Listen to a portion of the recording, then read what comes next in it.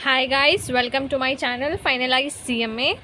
आज हम इस वीडियो में देखने वाले हैं एसएफएम का म्यूचुअल फंड्स का पार्ट 6 है ये वीडियो, जिसमें हम देखने वाले हैं additional illustrations which are going to be started from illustration 13। Additional illustration 13 से हम इस वीडियो को स्टार्ट करते हैं।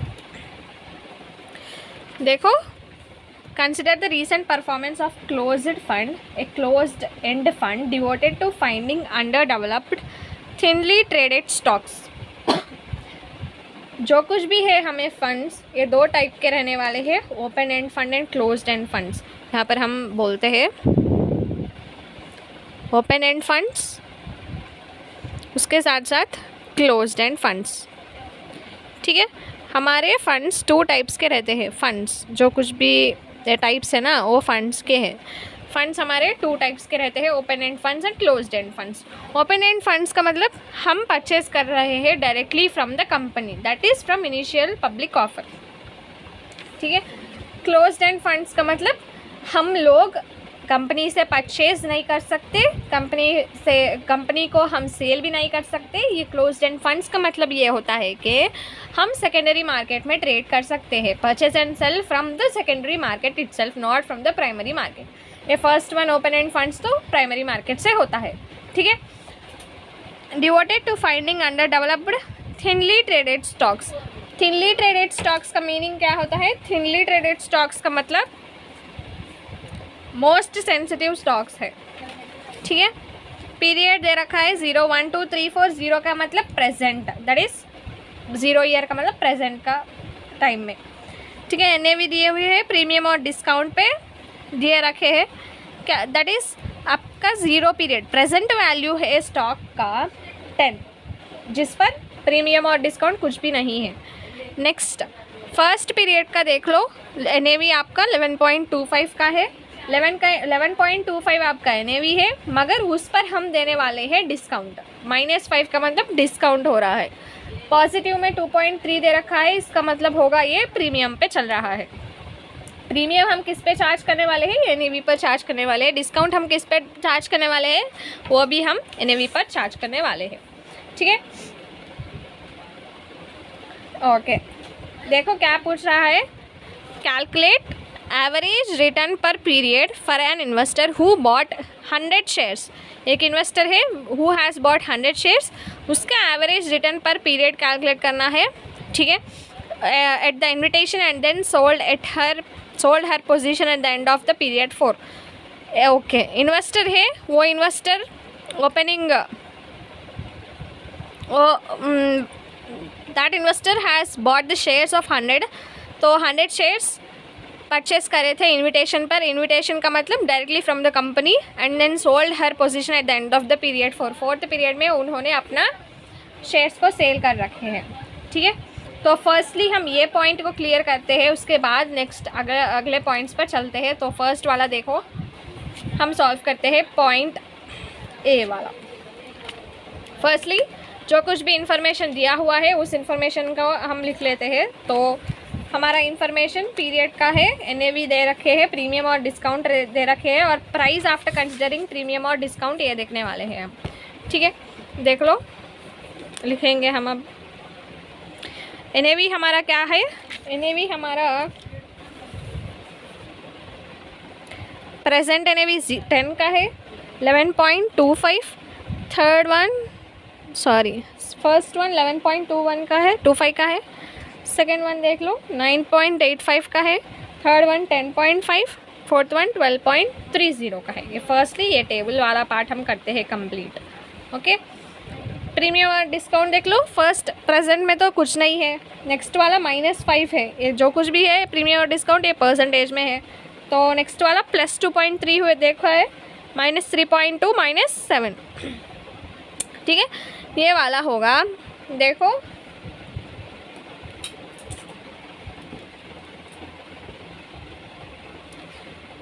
प्राइस आफ्टर प्रीमियम और डिस्काउंट, ये वाला मार्केट प्राइस होगा। मार्केट प्राइस किस तरह से आएगा? 10 को कुछ नहीं करने का, बिकॉज इट इज़ 0 ना, तो 10 ही रहेगा। 11.25 -5% करने का। ये 11.25 -5% करेंगे तो हमारा आएगा 10.6875। नेक्स्ट वाला देखो 9.85 प्लस 2.3% करने का, 2.3% करेंगे तो हमारा ये आएगा 10.07655 आएगा। मैं साफ साफ लिख रही हूँ। 10.5 माइनस 3.2% करेंगे तो 10.164 आएगा। उसी तरह से 12.3 माइनस 7% करेंगे तो इसका हमारा 11.439 आएगा। ठीक है, ये वाला हो गया अमाउंट। ओके, तो नेक्स्ट देखो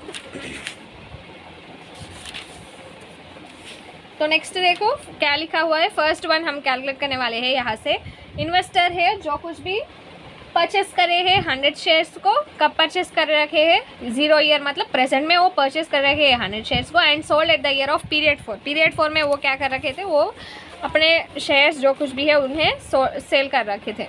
ओपनिंग में जो कुछ भी अमाउंट है हमारा 100 शेयर्स के लिए वो क्या होगा, 100 शेयर्स इंटू कितने का है, 100 शेयर्स इंटू 10 रुपीज़ ही है ना ओपनिंग का, तो ये होगा 1000।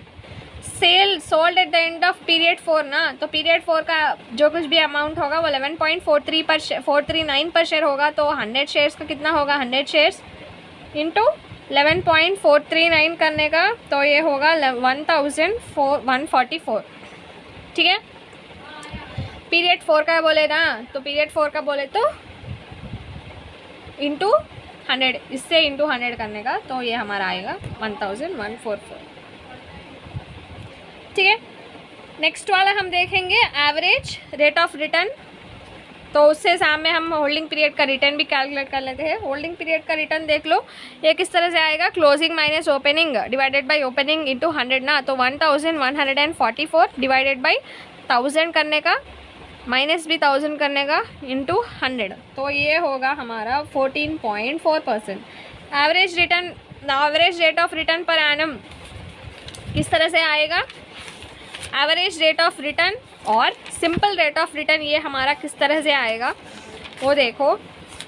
ये पेजेस तो टर्न होते ही रहते हैं, तो हमें इसे बांध के रखना है। बांध के किस तरह से रखना है वो पता लगाना है। Average rate of return per annum calculate करना है, और इसे ही हम simple rate of return per annum भी बोल सकते हैं। ये किस तरह से आएगा, हमारा 14.4% जो कुछ भी आया है वो था फॉर 4 ईयर्स। ठीक है, 4 ईयर्स का ही है ना, 0 ईयर मतलब प्रेजेंट का कर लो, first second third and fourth year end का तो ये दिया रखा है, तो 4 ईयर्स का होगा। तो 14.4 डिवाइडेड बाई 4 करेंगे तो 3.6% पर एनम का होगा। ये है simple rate of return which is simple, average करने से हमको आएगा। सेकेंड वन देख लो, कॉम्पाउंडेड रेट ऑफ रिटर्न करना है। कॉम्पाउंडेड रेट ऑफ रिटर्न किस तरह से आएगा, होल्डिंग पीरियड रिटर्न क्या पूछ रहे थे, एवरेज रेट पर पीरियड पूछ रखे ना, कैलकुलेट एवरेज रेट पीरियड पर average return per period for investor. So average return किस तरह से आएगा, इस तरह से आएगा एवरेज रिटर्न। उस तरह से ही हमें कॉम्पाउंडेड रेट ऑफ रिटर्न भी कैलकुलेट करना है। कॉम्पाउंडेड रेट ऑफ रिटर्न किस तरह से आएगा, देखो कॉम्पाउंडेड का मतलब present value is equal to future value into 1/1 plus r whole divided by n करने का। यहाँ पर हमें क्या कैलकुलेट करना है, आर का वैल्यू कैलकुलेट करना है। ठीक है, ये किस तरह से आएगा, प्रेजेंट वैल्यू क्या है, प्रेजेंट वैल्यू हमारा 10 होगा, बिकॉज प्रेजेंट में ही हम करने वाले हैं। Opening value is equal to future value कितने का चेंज होने वाला है, 11.439। Okay, 11.439 into 1 divided by 1 plus R, R ही रखना है, 4 रखना है।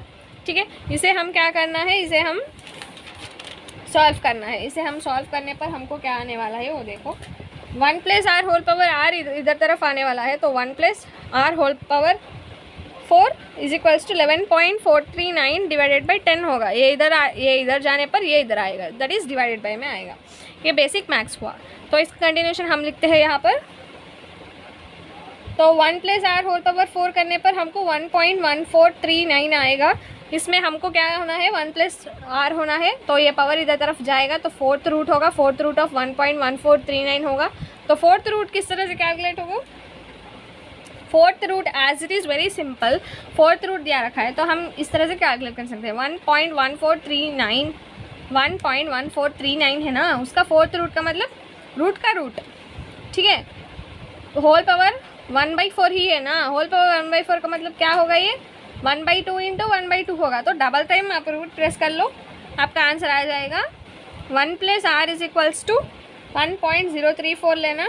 आर का क्या वैल्यू होगा, 3.42 होगा। परसेंटेज में लिखेंगे तो आर का वैल्यू 1/4 होगा। आई hope it is very clear for all of you.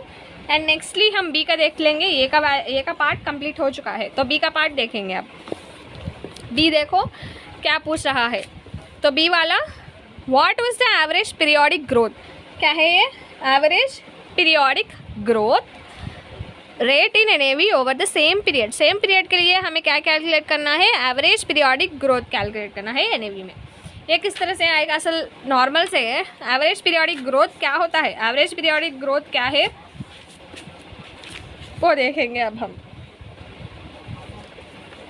Average periodic growth, इसका दो में डिफरेंस होता है, पीरियोडिक रिटर्न में एंड पीरियोडिक ग्रोथ रेट में। ये दो में ना डिफरेंस रहता है, ठीक है। पीरियोडिक ग्रोथ रेट का मतलब हमें कॉम्पाउंड यूज़ करना है। कॉम्पाउंड वैल्यू में हम कॉम्पाउंडेड रेट ऑफ रिटर्न यूज़ करके हमें कैलकुलेट करना है पीरियोडिक ग्रोथ रेट का मतलब, ठीक है। यहाँ पर हमें क्या बोला है? पीरियोडिक रिटर्न बोला है। पीरियोडिक रिटर्न का मतलब, सॉरी, बी वाले में एवरेज पीरियोडिक ग्रोथ बोला है। पीरियोडिक ग्रोथ का मतलब क्या करने का है? यहाँ पर कॉम्पाउंडेड वैल्यूज़ यूज़ करना है, कॉम्पाउंडेड फैक्टर्स, दैट इज़ इस तरह से करने का।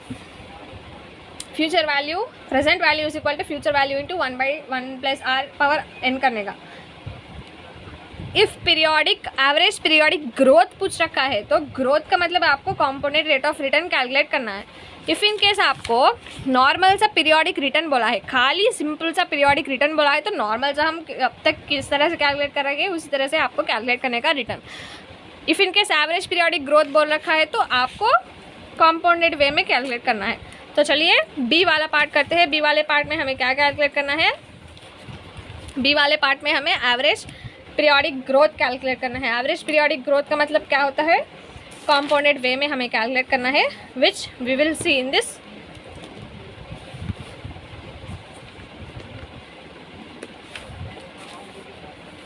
तो चलिए स्टार्ट करते हैं बी वाला।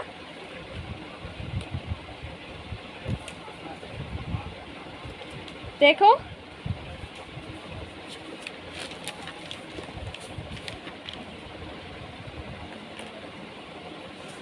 फर्स्टली हम नोट कर लेते हैं एनएवी एट द 0 ईयर क्या होता है और NAV at the 4th year क्या होता है। एनएवी एट ईयर 0 हमारा कितना हुआ? 10 हुआ। NAV at the year 4th year क्या हो गया?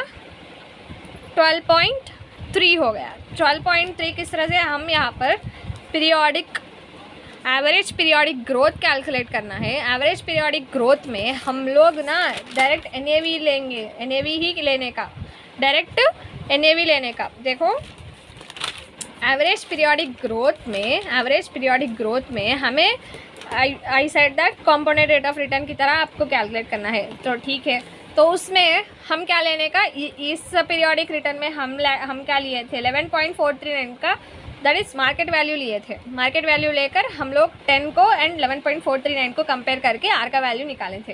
दैट वाज ए पार्ट में। बी वाले में हम क्या करने वाले हैं? बी वाले में एवरेज पीरियोडिक ग्रोथ निकालना है, तो हम क्या लेंगे? 10 वे लेंगे एंड उसके साथ 12.3 लेंगे। ये वैल्यू नहीं लेना है, अब डायरेक्ट 12.3 ही लेना है। एनएवी डायरेक्ट लेना है विदाउट कंसिडरिंग एनी प्रीमियम और डिस्काउंट, ठीक है। प्रीमियम भी नहीं कंसिडर करने का एंड डिस्काउंट भी नहीं कंसिडर करने का, ठीक है। तो प्रीमियम एंड डिस्काउंट नहीं कंसिडर करके हम लोगों को एनएवी 4th ईयर में 12.3 आएगा। एनएवी एट द 0 ईयर हमें 10 आएगा, ठीक है। एनएवी हमें 0 ईयर में 10 आएगा। तो इसे हम क्लोज कर देते हैं, ये बहुत इरिटेट कर रहा है आज। सो देखो 12.3 आएगा, ठीक है। अब हम क्या करने वाले हैं? हमें compounded growth rate, I said no, compounded growth rate calculate करना है। कॉम्पाउंडेड ग्रोथ, पीरियोडिक ग्रोथ ही ना, तो ये क्या होगा? पीरियोडिक ग्रोथ होगा। ये किस तरह से आएगा? Present value is equals to future value into 1/1+r⁴ करने का, ठीक है। 10 इज इक्वल्स टू 12.3 1/1+r⁴, ठीक है। ये किस तरह से आएगा? 1+r⁴ करेंगे तो 12.3/10 होगा। ये इस तरफ आएगा और ये इस तरफ आएगा। तो ये होगा हमारा 1+r⁴, तो 1.23 होगा।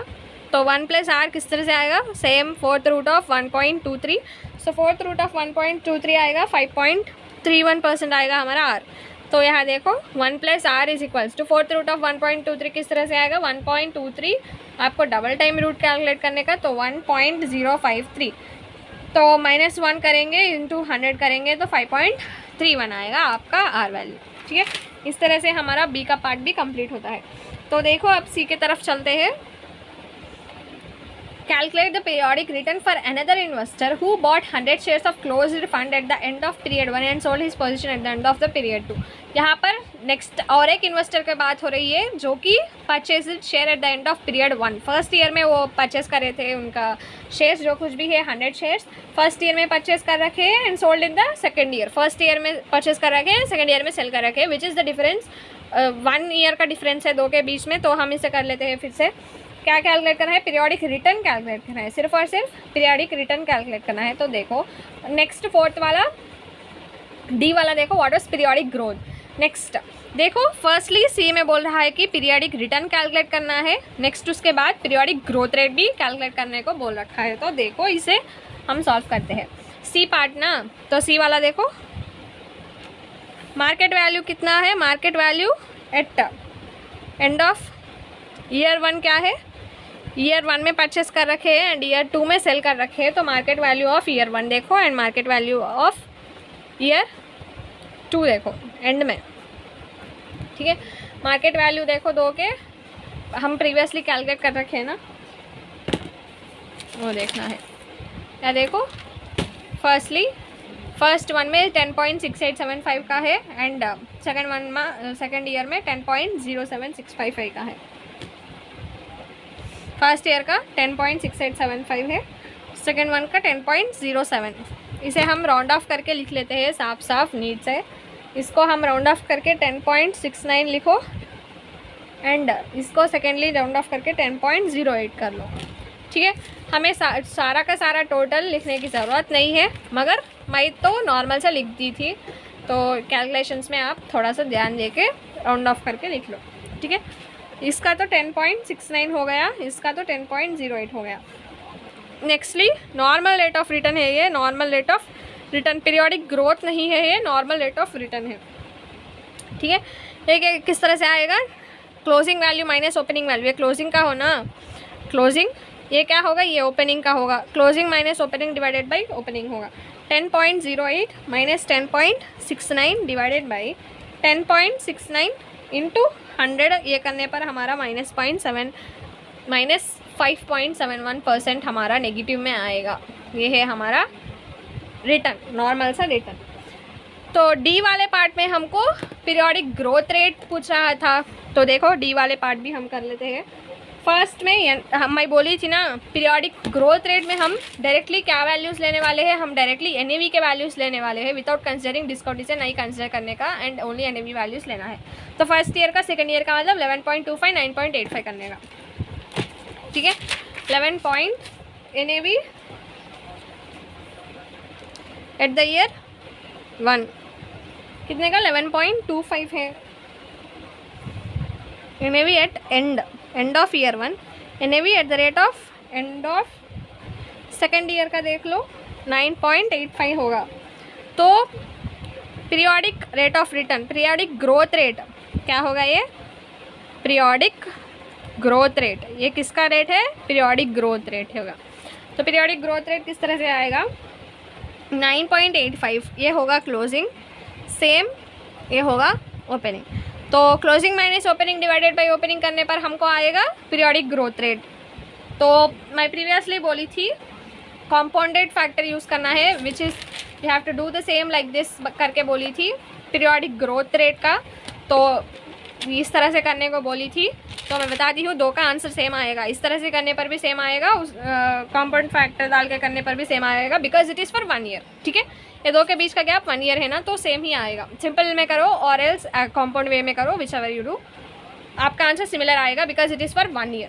ठीक है, इफ़ इन केस यहाँ पर 2-3 ईयर्स का भी दिया रखा है ना, तो इस तरह से आप नहीं करना है, आपको सिर्फ और सिर्फ कॉम्पाउंड रेट ऑफ रिटर्न इस तरह से आपको करना है, that is present value equal to future value into 1/1 plus r whole power n।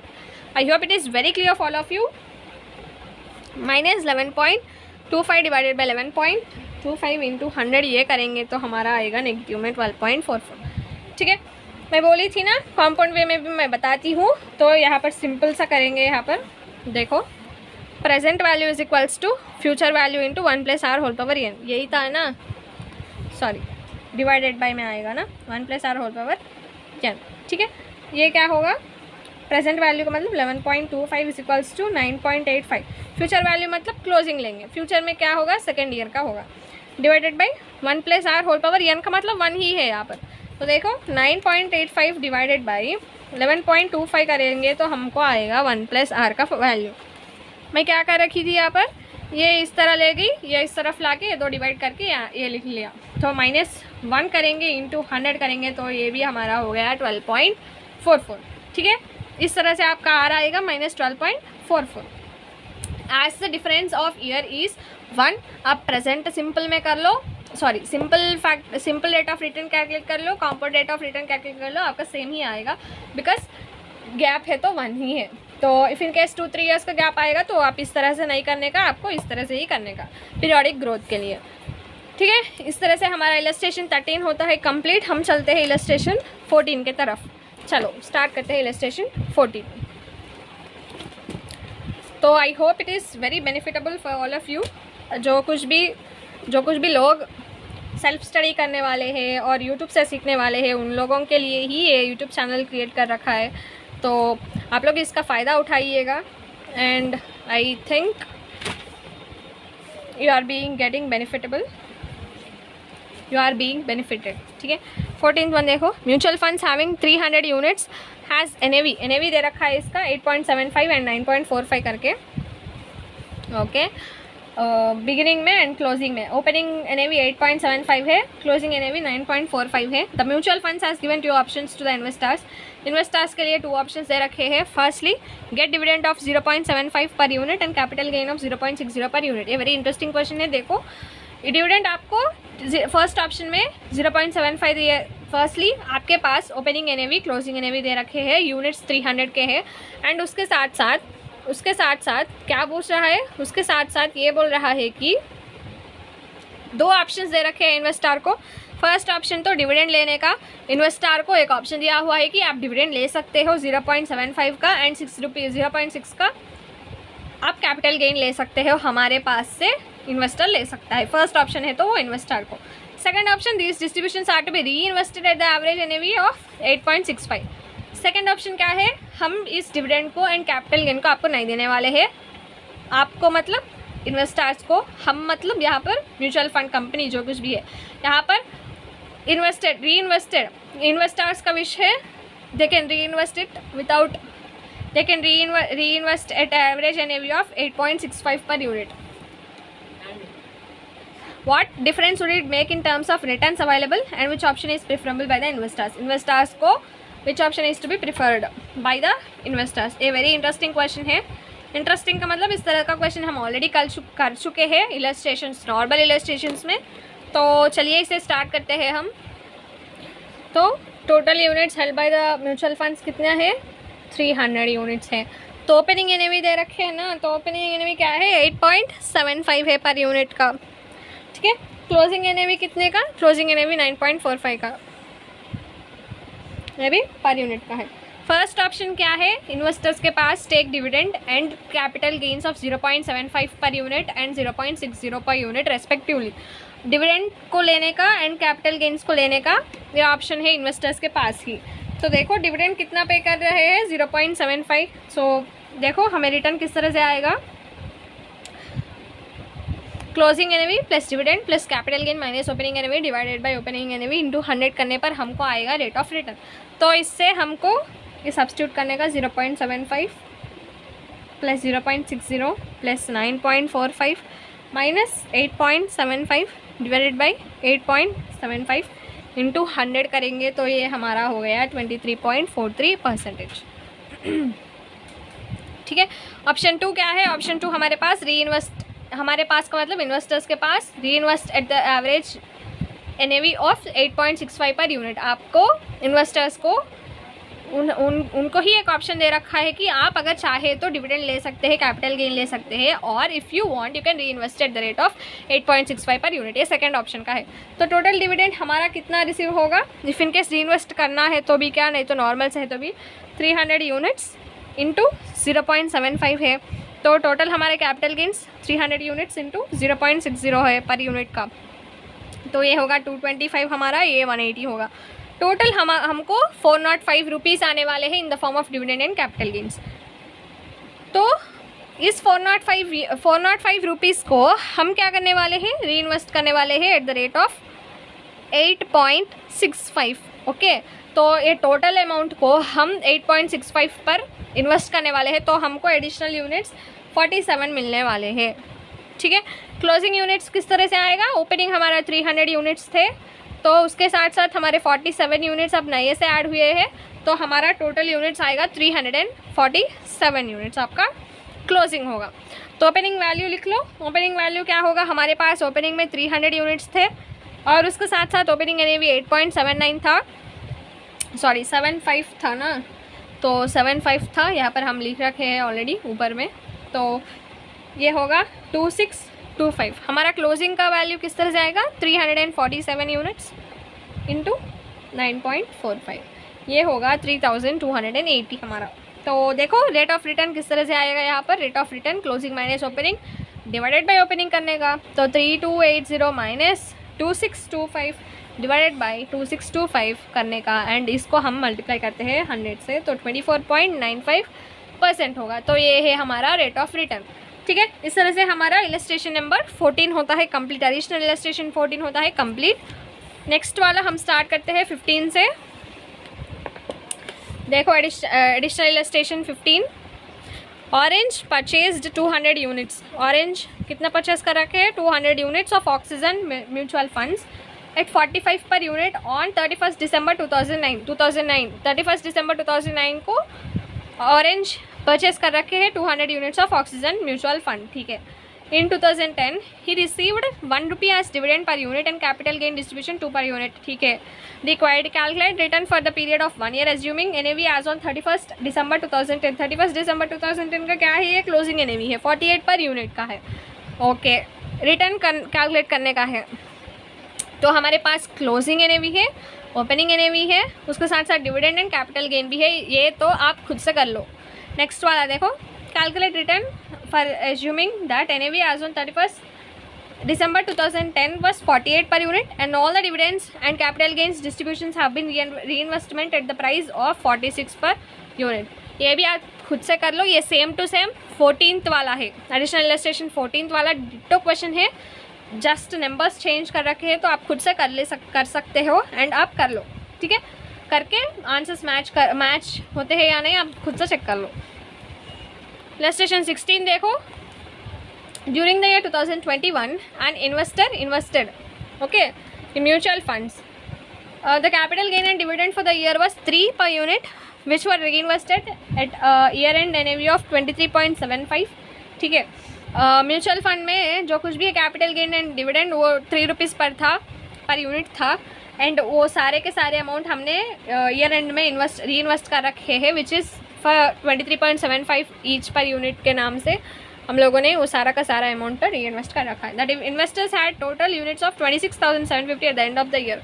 Okay, the NAV has appreciated by 18.75% during the year and there was an entry load of 0.05 at the time when the investment was made. The investor lost his record and he wants the amount of investment made and the entry load in the mutual funds। देखो यहाँ पर क्या calculate करने को बोल रखा है, हमें ये अमाउंट कैलकुलेट करने को बोल रहा है, अमाउंट ऑफ इन्वेस्टमेंट कैलकुलेट करना है एंड एंट्री लोड कितने का था वो भी कैलकुलेट करना है। ये हम इसी मटेरियल से कर लेंगे यहाँ पर ही, क्योंकि ये भी सिंपल सा सम है, as we did in the previous illustrations में हम कर चुके हैं, सेम वाला है, तो हम देख लेंगे यहाँ पर। ओपनिंग में ना ओपनिंग NAV नहीं दिया था ना, ओपनिंग NAV नहीं दिया था, री इन्वेस्टेड एट NAV ऑफ 23.75 ये लेंगे हम। 23.75 पर री इन्वेस्ट कर रखा है okay, which were reinvested at the year end NAV of 23.75। ये 23.75 क्या था? क्लोजिंग NAV था, एक क्लोजिंग NAV था and NAV has appreciated by 18.75, 18.75 पर अप्रिशिएट हो रखा था, तो क्लोजिंग NAV इज़ फॉर 118.75% का था, तो हमको कितने का चाहिए? 100% का चाहिए, ताकि हमारा ओपनिंग NAV आ सके। आई hope it is very clear. 23.75 was closing NAV, तो वो क्लोजिंग NAV किस तरह से आया था? अप्रिशिएट हुआ था 18.75% पर, तो ये होगा 118.75 का, तो 100% का किस तरह से आएगा? 2 मल्टीप्लाई करने पर हमको 20 आएगा, विच इज़ ओपनिंग NAV। ठीक है, बोनस इश्यू कर रखे थे ना, तो बोनस इश्यू का मतलब क्या था? दैट इज़ रीइन्वेस्टेड करके उसके साथ हमको आए थे ना यूनिट्स, वो उसके बारे में बोल रहे थे। तो invested had total units of 26,750 as at the end of the year. End of the year में हमारे पास 26,750 के थे। Let x be the number of units acquired. Then देखो, फर्स्टली टोटल हमारे पास ईयर एंड में 26,750 थे हमारे पास टोटल एट द एंड में। इनिशियली हमारे पास कितने थे वो हमें नहीं पता है, तो हमें इनिशियली का मतलब स्टार्टिंग में हमारे पास कितने यूनिट्स थे वो नहीं दे रखे हैं हमारे पास। अब हम कैलकुलेट कर रखे हैं विच इज़ ओपनिंग NAV, हम कैलकुलेट कर रहे थे अभी भी। तो देखो किस तरह से क्या आएगा।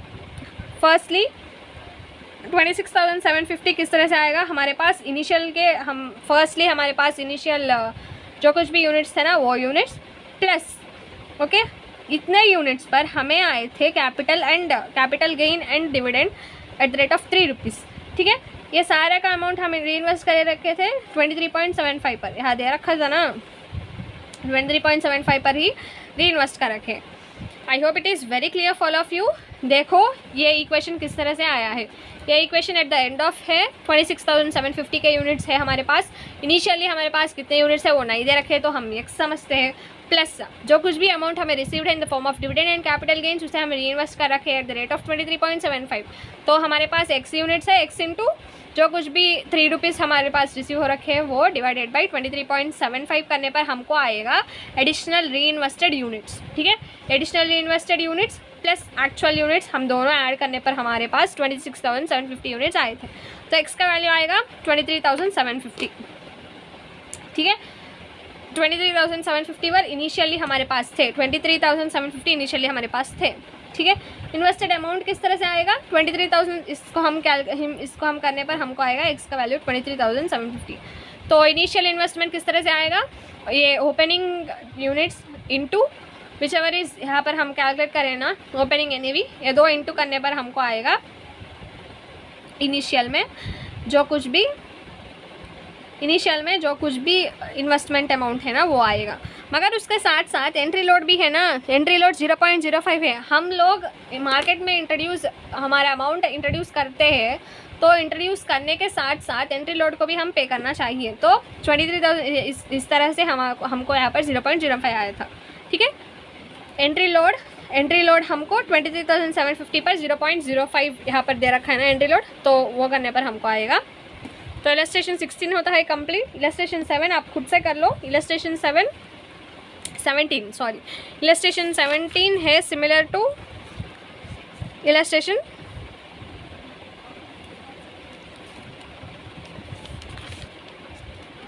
12, एडिशनल इलस्ट्रेशन 12 वाला।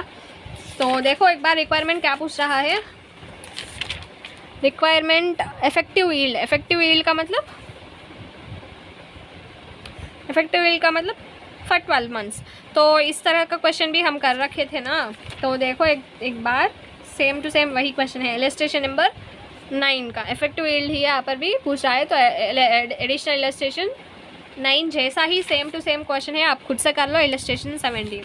ठीक है, सिंपल सा क्वेश्चन है एंड आप खुद से भी कर सकते हैं because you are capable to do it and just do it without any hesitation. ठीक है, इलस्ट्रेशन 18 भी आप खुद से कर सकते हैं, तो प्लीज़ आप खुद से कर लो बिकॉज ये इलस्ट्रेशन एंड प्रीवियसली मैं बता रखी थी ना डिस्काउंट वाला प्रीमियम वाला ये कहा था। हाँ, यहाँ पर illustration number 13 additional illustration 13 question, additional illustration 13(1) and additional illustration 18th(1) both are very similar to each other. आप खुद से कर लो, यहाँ पर भी सेम रिक्वायरमेंट्स है एंड 17-18 आप दो इलस्ट्रेशन भी खुद से कर सकते हैं। इसके साथ हमारा म्यूचुअल फंड का चैप्टर होता है कंप्लीट। मिलते हैं हम अगले वीडियोस में। एंड सॉल्व्ड केस स्टडीज़ हम नहीं डील करने वाले हैं, जस्ट ट्रेडिशनल इलस्ट्रेशंस तक हम डील कर रखे हैं। तो मिलते हैं हम अगले वीडियो में। थैंक यू, अपना ध्यान दीजिएगा। हेल्थ का बहुत इंपॉर्टेंट है, हेल्थ सबसे इम्पॉर्टेंट है, तो आप हेल्थ पर भी ध्यान दीजिएगा। Study well and you are a warrior, remember that. No matter, no one says anything, nobody can tell you anything. तो आप आपका ध्यान रखो। Thank you.